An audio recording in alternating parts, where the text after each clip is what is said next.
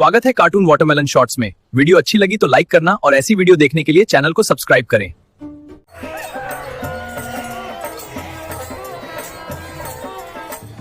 ये कहानी राजस्थान के एक छोटे से गांव चंद्रावा की है, जो कि राजस्थान के सबसे खतरनाक और रहस्यमयी गांव कुलधरा के पास है।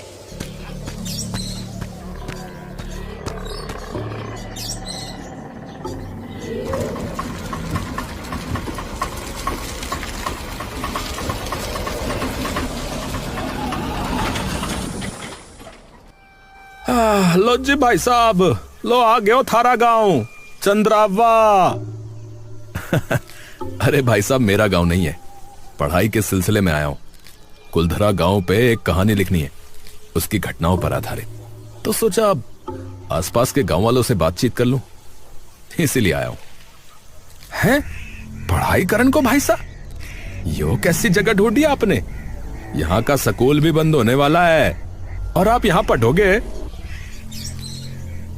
क्यों भाई साहब, ऐसा क्या हो गया इस गांव में? अरे हुआ नहीं है भाई साहब, करा है। करा है? क्या करा है और किसने? अरे इस गांव के राक्षस ने, बसंत सिंह। ये कौन है और इसने क्या किया है? बहुत ही जल्द पता चल जाएगा आपको। बस एक मशवरा देता हूं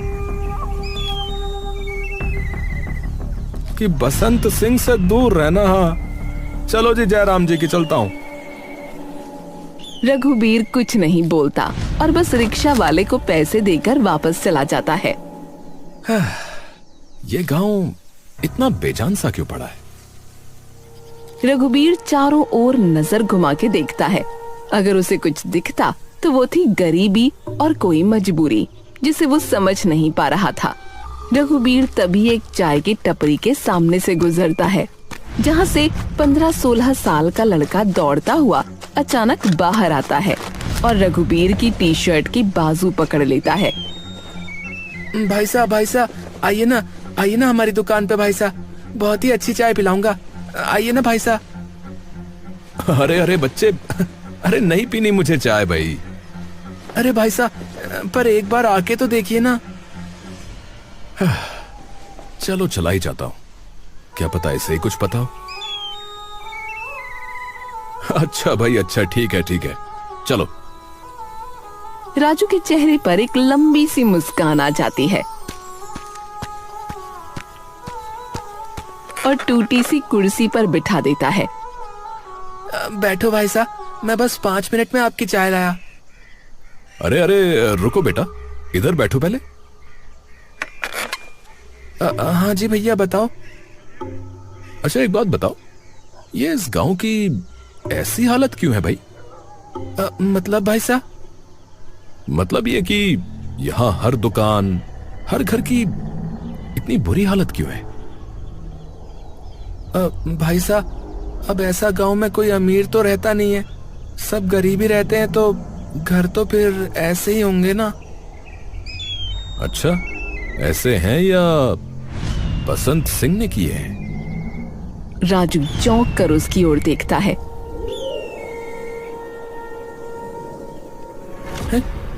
आपको पता है उसके बारे में?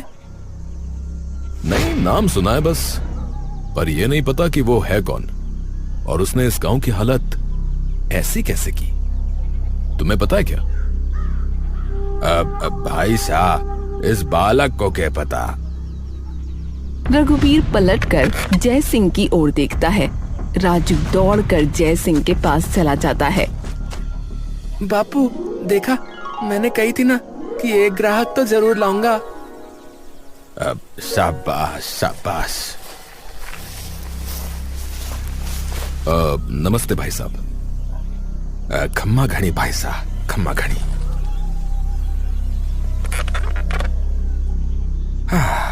हाँ जी भाई साहब, अब बताओ कैसे आना हुआ इस निर्भाग गांव में? मैं असल में अपनी पढ़ाई के सिलसिले में आया हूं। कैसी पढ़ाई? मतलब यहाँ पास में कुलधरा गांव है ना, उस पर एक कहानी लिखनी है मुझे। जयसिंह थोड़ी सी अजीब निगाहों के साथ उसे देखता है। कुलधरा के बारे में? जी, क्या हुआ? बात यह है कि ज्यादातर लोग उस गांव के आसपास आने से भी डरते हैं। हाँ, मैं जानता हूं, मेरी दादी ने मुझे उस गांव की कहानी बता रखी है। तो फिर आप यहां क्यों आए? उस गांव में कोई रहता नहीं है, तो सोचा कि आसपास के गांव वालों से बातचीत करूं, और जब देखा तो सबसे करीब गांव यही था। लेकिन यहां आके देखा तो कहानी कुछ और ही निकली। दादी तो मुझे यह बताती थी कि ये काफी सशक्त गांव है, पर यहां तो बहुत बुरा हाल है। अब चलो पहले तो मुझे यह बताओ कि आपको कुलधरा के बारे में क्या क्या पता है, और फिर मैं इस गांव के बारे में बताता हूं। दादी ने तो मुझे यह बताया था कि जब कुलधरा में पालीवाल ब्राह्मण बसा करते थे, सब सही चल रहा था। लेकिन फिर वहां एक बार सलीम सिंह आया, जो जैसलमेर का प्रधानमंत्री था। बहुत ही ज्यादा अमीर और राजनीतिक रूप से मजबूत। और जब वो आया तो उसे गांव के प्रधान की बेटी पसंद आ गई, और उसने ठान लिया कि वो उसको पाके रहेगा। लेकिन सभी गांव वालों को पता था कि सलीम सिंह कैसा इंसान है, तो गांव के प्रधान ने उसे सबके साथ मिलकर मना कर दिया।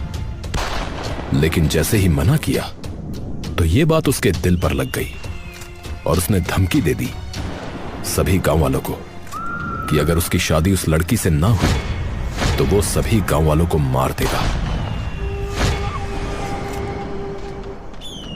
ये सुनकर सभी गांव वालों ने फैसला लिया कि वो गांव छोड़ देंगे, लेकिन अपनी लड़की को उसको कभी नहीं देंगे। एक रात में पूरा गांव खाली हो गया।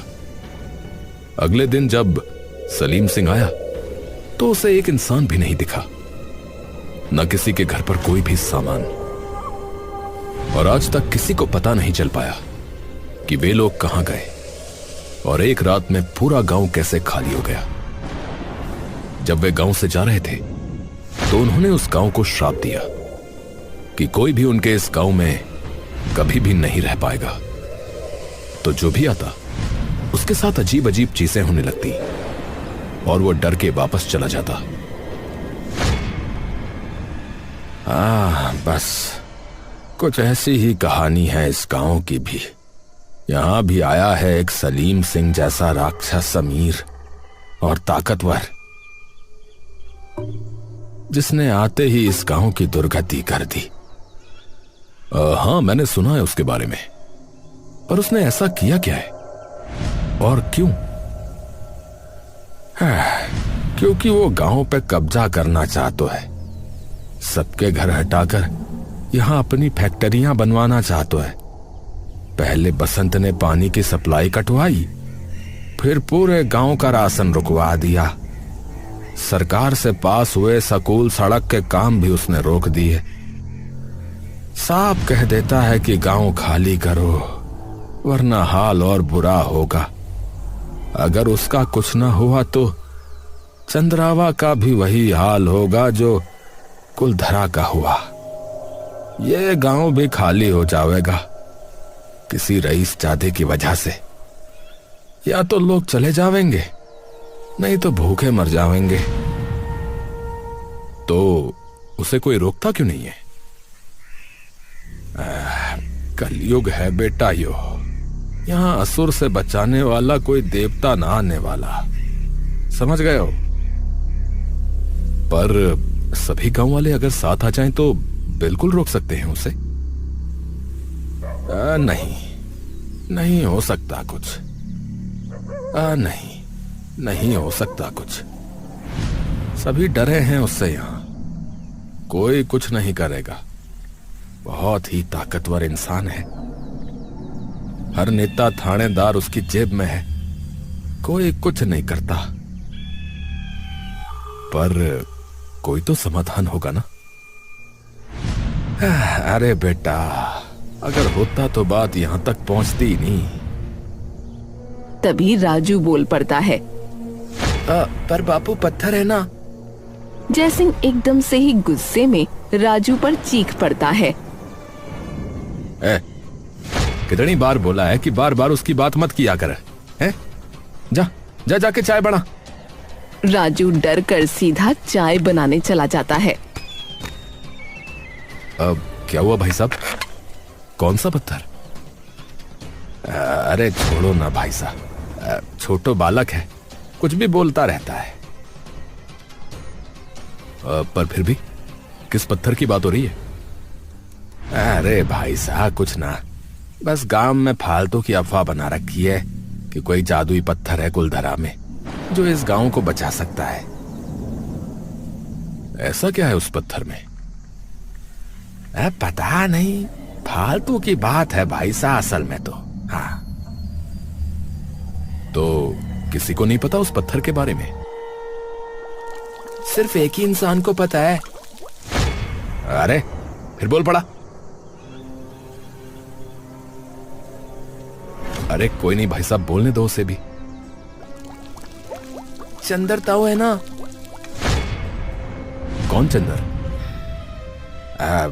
इस गांव का सरपंच चंदर पालीवाल।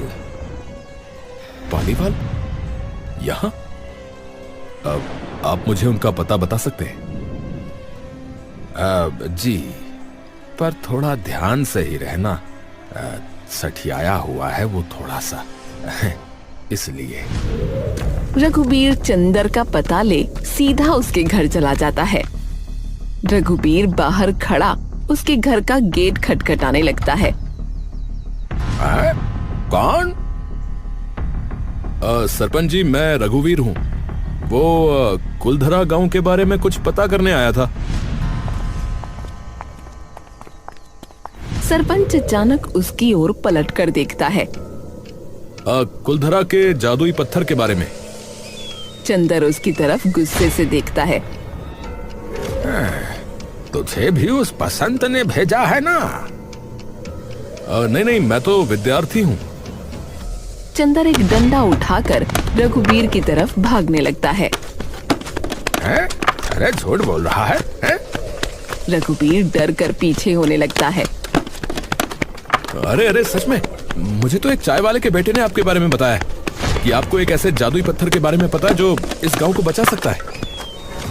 चंदर रुककर रघुबीर को गंभीरता से देखने लगता है। मर जाऊंगा पर कभी भी उस पत्थर के बारे में नहीं बताऊंगा। हाँ, पर क्यों नहीं बता सकते? अरे नहीं बताना, मने नहीं बताऊंगा। देखिए, मैं यहां बस कुलधरा की कहानी जानने के लिए आया हूं, मेरा और कोई मकसद नहीं है। अरे मुझे परवाह नहीं है थारी कहानी वहानी की है? इस गांव में किसी का भरोसा नहीं है, कौन उसके साथ मिला हुआ हो। और अगर उसे इस पत्थर के बारे में पता चला और अगर उसके हाथ ये लग गया तो समझो पूरा गांव खत्म। थारी कहानी के चक्कर में मैं अपने पूर्वजों को दिया वचन नहीं ठुकराने वाला। हाँ, उनका इन सभी चीजों से क्या लेना देना? वो तो अब है भी नहीं। अरे वे सब यही है, सब देख रहे हैं, मुझे मत सिखा। गांव वालों के वजूद का सवाल है और आप सरपंच होने के बावजूद भी अपने पूर्वजों का अभिमान पकड़ के बैठे हैं। रघुबीर और चंदर बात कर ही रहे होते हैं कि तभी किसी के जोर जोर से चिल्लाने की आवाज उन्हें आने लगती है। दोनों बाहर दौड़ते हुए आते हैं। रघुबीर और चंदर जैसे ही जयसिंह को बसंत सिंह की जीभ से बंधा हुआ देखते हैं, दोनों का दिल एक पल के लिए डर से थम सा जाता है। वो दौड़कर बसंत के पास जाते हैं। अब सिंह साहब, क्या हो गया सिंह साहब? अरे ये 2 कौड़ी का चाय वाला मुझसे अकड़ के बात कर रहा था। अरे गरीब आदमी है सिंह साहब, इसका छोरा भी छोटा है, छोड़ दो, भगवान के वास्ते छोड़ दो। अरे मैंने एक तो इसकी दुकान पे चाय पी और मुझसे पैसे मांग रहा था। मैंने मना किया तो मुझसे अकड़ दिखा रहा है कि पैसे तो देने पड़ेंगे। अब इसे मैं बताता हूं। माफ कर दो मालिक, माफ कर दो, आगे से ना होगा, छोड़ दो मालिक। छोड़ दूंगा, पर एक शर्त पे। गांव खाली करवा दे। रघुबीर की आंखें जो ये सब देख रही थीं, उसे भरोसा ही नहीं होता। और तभी उसकी नजर भीड़ में खड़े जय सिंह के बेटे राजू पर जाती है, जो बस सर झुकाए सहमा हुआ आंसू बहा रहा होता है। राजू? तभी बसंत सिंह अचानक जीप तेजी से चलाकर जय सिंह को घसीटते हुए आगे निकाल ले जाता है। सरपंच वहीं बेबस खड़ा जय सिंह की चीखें सुनता रहता है। राजू को इस तरीके की बेबसी से रोता देख मानो रघुबीर के पूरे बदन में आग सी लग जाती है। सरपंच चुपचाप अपनी चारपाई पर बैठा सामने की खाली दीवार को निहार रहा था। तभी रघुबीर वहां आ जाता है, उसका चेहरा गुस्से से लाल। अभी भी कुछ नहीं बोलोगे आप? सरपंच नीचे सर झुका लेता है। अरे उसे घसीटता हुआ ले गया वो, उसके बेटे के सामने। आपने देखा था उसको कैसे डर से कांप रहा था, वो कैसे सिसक सिसक कर रो रहा था। उस पर भी जरा सी दया नहीं आ रही क्या आपको? अरे ये राक्षस यूं ही सबके परिवार के सदस्यों को लेके जाता रहेगा। आप पालीवाल ही हो ना? चंदर उसकी तरफ पलट कर देखता है। आप तो भली भांति समझते हो कि बेघर होना क्या होता है। आपके पूर्वजों ने तो बताया ही होगा, तो क्यों नहीं मदद कर रहे आप इन गांव वालों की? बता क्यों नहीं देता कि वो पत्थर कहां है? चंदर अपना सर झुका लेता है और एक गहरी सांस लेता है। जब सभी पालीवाल ब्राह्मणों ने श्राप दिया था कुलधरा को, तब उन्होंने वहां एक मायावी पत्थर रखा था। उस श्राप की ताकत उस पत्थर में है, जो सबको वहां से दूर रखती है। तो अगर वो पत्थर हम ले आए तो शायद हमें उससे छुटकारा मिल सकता है, शायद। पर वो पत्थर है कहां? गांव के सबसे पुराने रक्षक के पास। उसके दिल में चमकता है पाली वालों का वो श्राप। आपको पता है मतलब वो जगह का है?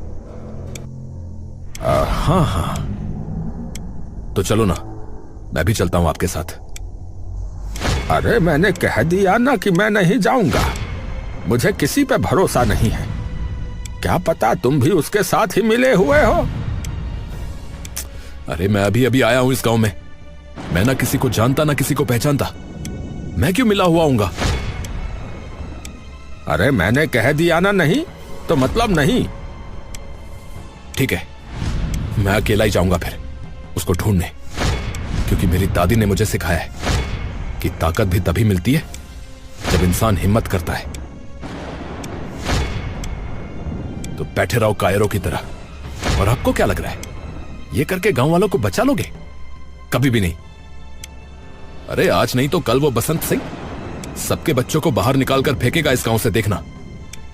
आप ही ने कहा था ना कि पूर्वज सब देखते हैं। तो जरा सोचो कि आपके पूर्वज जिन्होंने एक लड़की की इज्जत बचाने के लिए अपना गांव छोड़ दिया था, वो भी बिना कुछ सोचे, वो क्या सोच रहे होंगे आपके बारे में, जो पूरा गांव खतरे में होते हुए भी कुछ नहीं कर रहा है।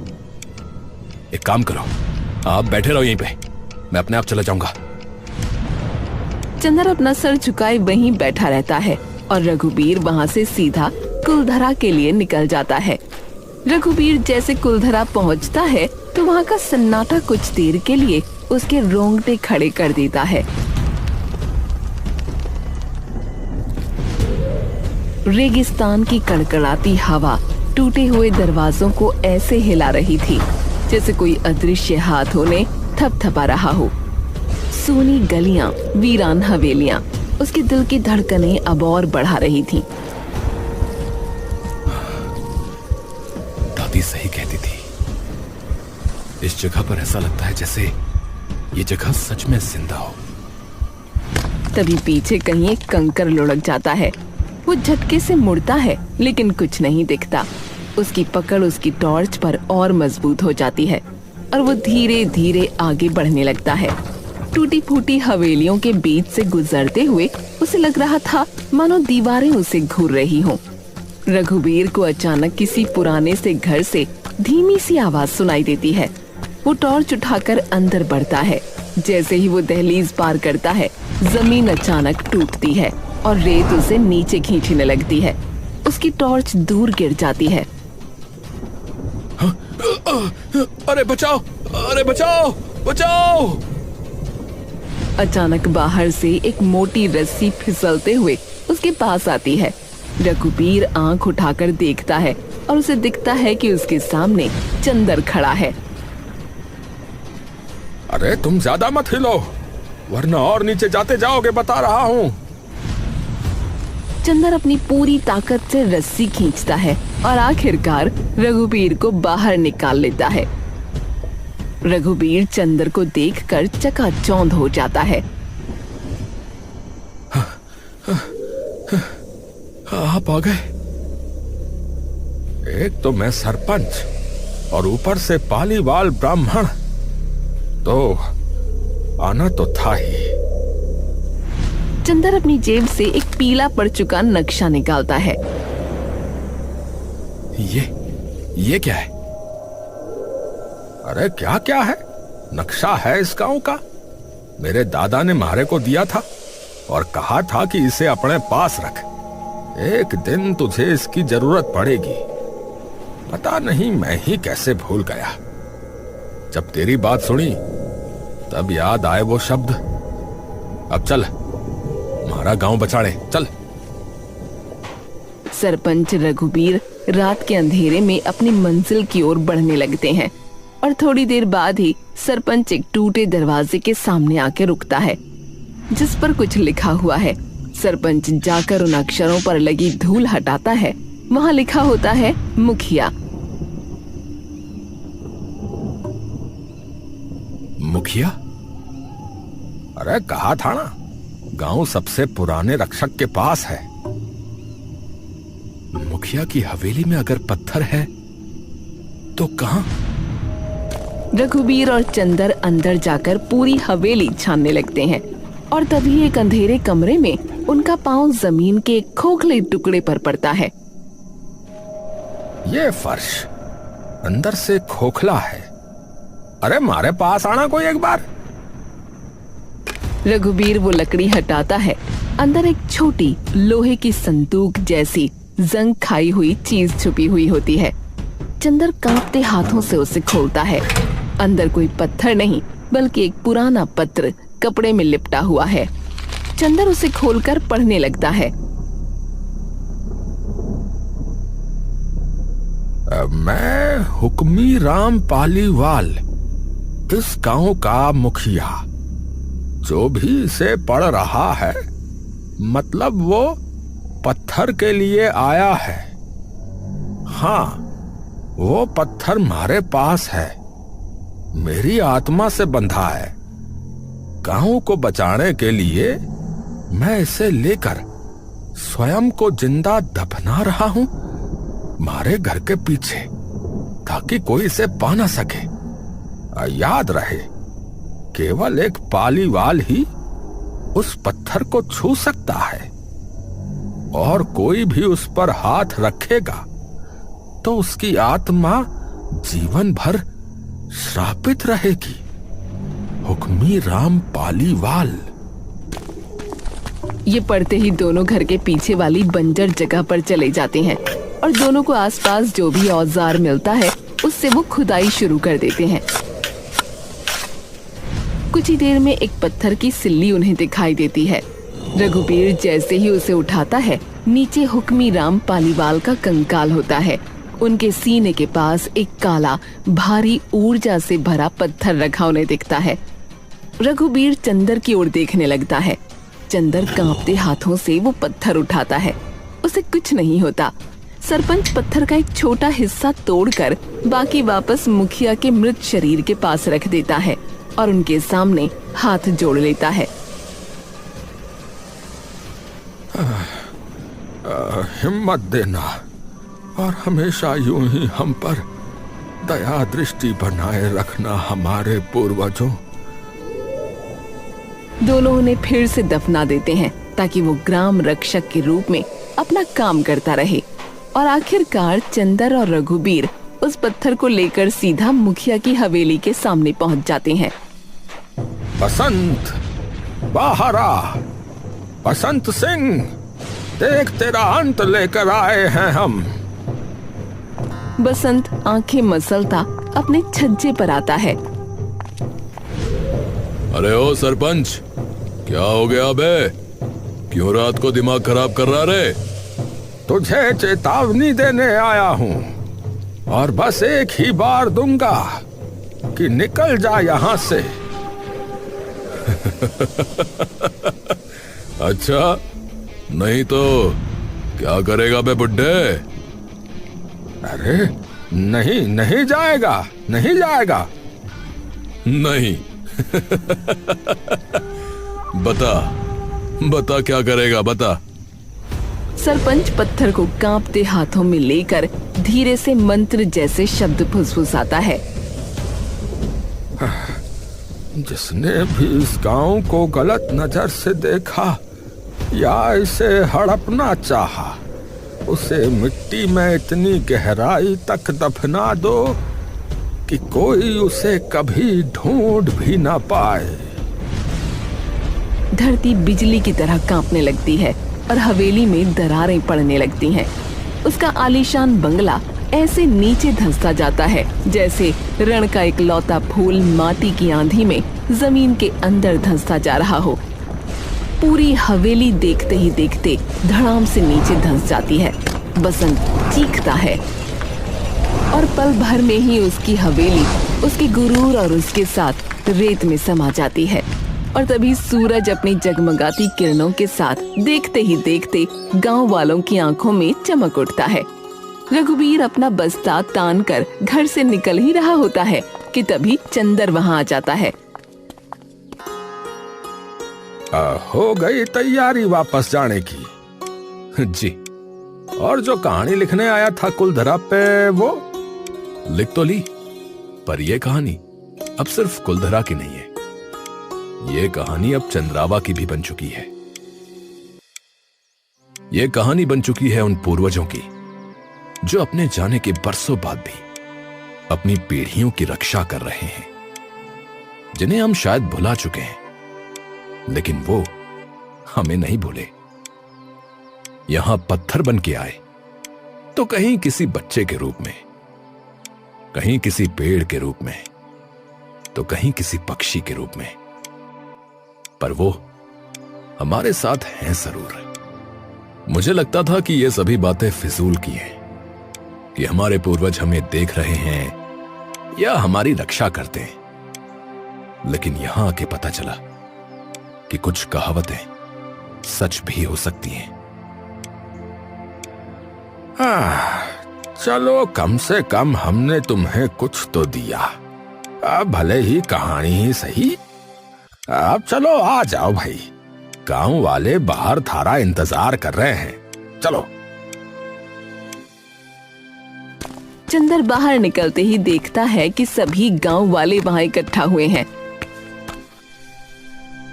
तुम्हारा धन्यवाद हम कैसे करें, यह हम खुद नहीं जानते बेटा। काश उस वक्त कोई तुम जैसा कुलधरा में भी होता। अरे तुम तो राम बन के आए हो, जिसने हमें इस गांव के रावण से मुक्त करवा दिया। तुम्हारा बहुत बहुत धन्यवाद बेटा। पर थारे ने किया क्यों हम सब के लिए ये सब?